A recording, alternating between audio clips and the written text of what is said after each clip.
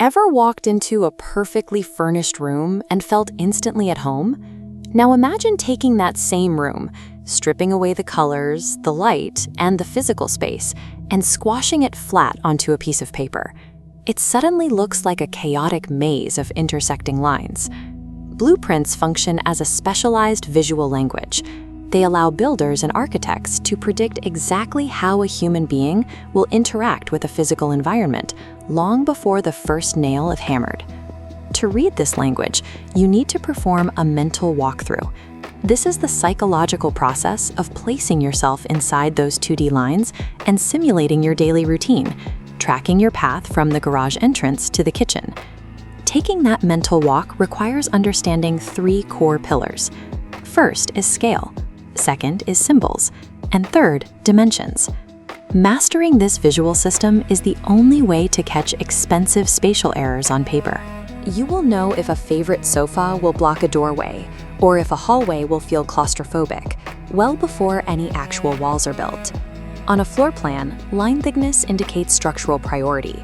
The thick, heavy lines represent load-bearing and exterior walls, the backbone holding the house up. The thinner lines indicate interior partition walls, which divide the space into rooms without carrying the weight of the roof. Dimension strings provide the absolute measurement of a space. These are the thin lines with little tick marks and numbers at each end. They override any visual assumptions about how big a room looks on the paper. To connect the paper drawing to the physical world, architects use a scale ratio. In the United States, a standard residential scale is 1/4 inch equals 1 foot. Every 1/4 inch you measure on the paper represents 1 full foot in the actual room.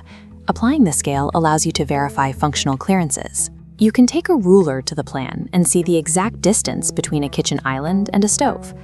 When checking these distances, distinguish between exterior and interior measurements. Exterior dimensions track the building's total footprint, including wall thickness, while interior dimensions show the actual livable space from the surface of one wall to another.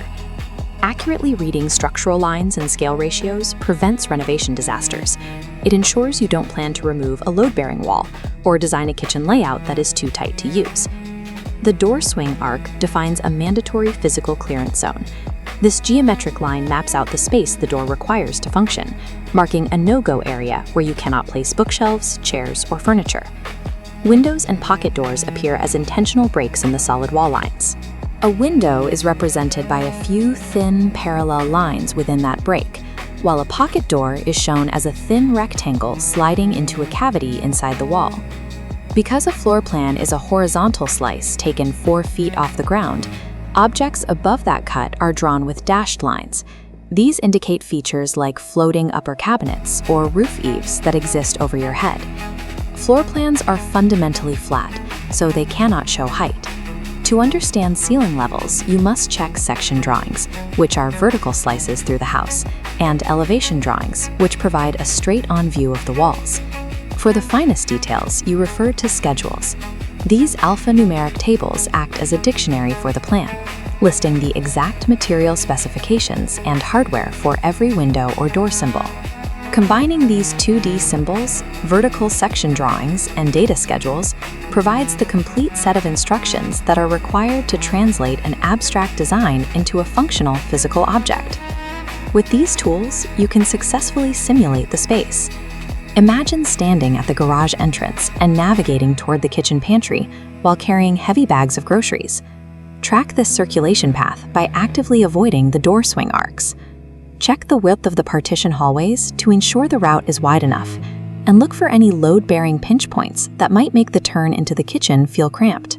You can then verify the environmental feel of that path.